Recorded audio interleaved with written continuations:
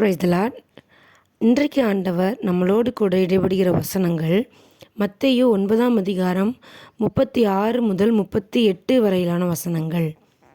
அவர் திரளான ஜனங்களை கண்டபோது அவர்கள் மேய்ப்பனில்லாத ஆடுகளைப் போல தொய்ந்து போனவர்களும் சிதறப்பட்டவர்களுமாயிருந்தபடியால் அவர்கள் மேல் மனதுருகி தம்முடைய சீஷர்களை நோக்கி, அறுப்பு மிகுதி, வேலையாட்களோ கொஞ்சம். ஆதலால் அறுப்புக்கு எஜமான் தமது அறுப்புக்கு வேலையாட்களை அனுப்பும்படி அவரை வேண்டிக் கொள்ளுங்கள் என்றார்.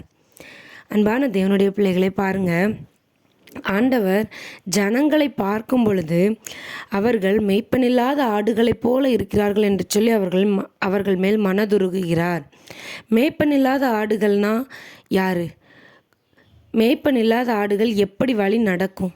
கொஞ்சம் யோசிச்சு பாருங்களேன். ஒரு ஆடுகளை ஒரு மேய்ப்பன் மேய்த்து கொண்டு போகிறான் என்றால் அந்த ஆடுகள் வழி தவறி போகும்போது அந்த மேய்ப்பன் சத்தம் கொடுப்பார். அந்த சத்தத்தை கேட்டு ஆடுகள் சரியான பாதைக்கு வரும். அதே போல் ஒரு ஆடுகளுக்கு தேவைகள் வரும் பொழுது மேய்ப்பன் புல்லுள்ள இடங்களிலும் தண்ணீர்கள் அண்டைக்கும் அழைத்து செல்வார்.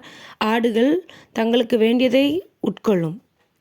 அதே போல் ஒருவேளை ஆடுகளுக்கு தீங்கு விளைவிக்கக்கூடிய விதத்தில் ஏதோ ஒரு விலங்குகளோ இல்லை வேறு ஏதோ ஒரு வாகனங்களோ வருமானால் மேய்ப்பன் அந்த ஆடுகளை சரியான பாதையில் வழிநடத்தி ஆடுகளுக்கு முன்பாக சென்று பாதுகாவலராய் இருப்பார்.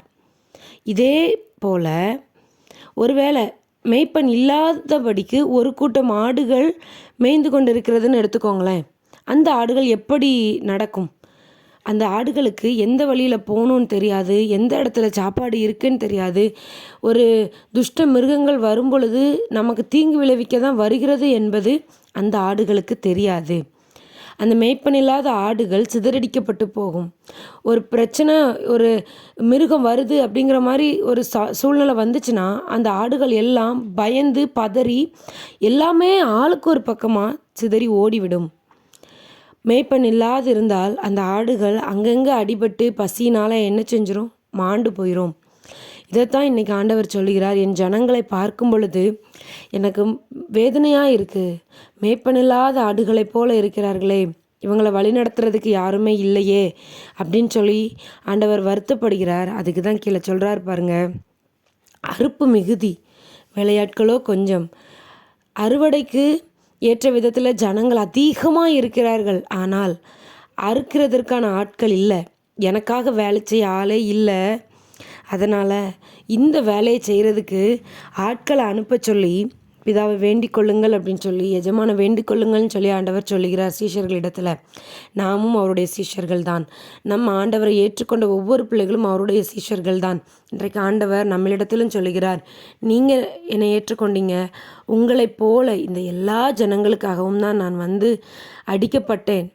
இவ்வளோ ஜனங்கள் சிதறடிக்கப்பட்டு இருக்கிறார்கள், சிதறுண்டு போகிறார்கள், மாண்டு போகிறார்கள், அறியாமையினாலே அழிந்து கொண்டு இருக்கிறார்கள்.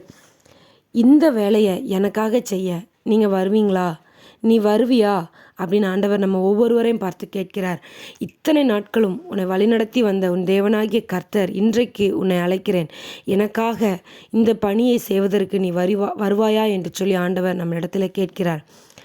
ஆண்டவர் தந்த ஆசீர்வாதங்கள் எத்தனையோ ஆயிரம், நமக்கு எண்ணிக்கையில் அடங்காதது.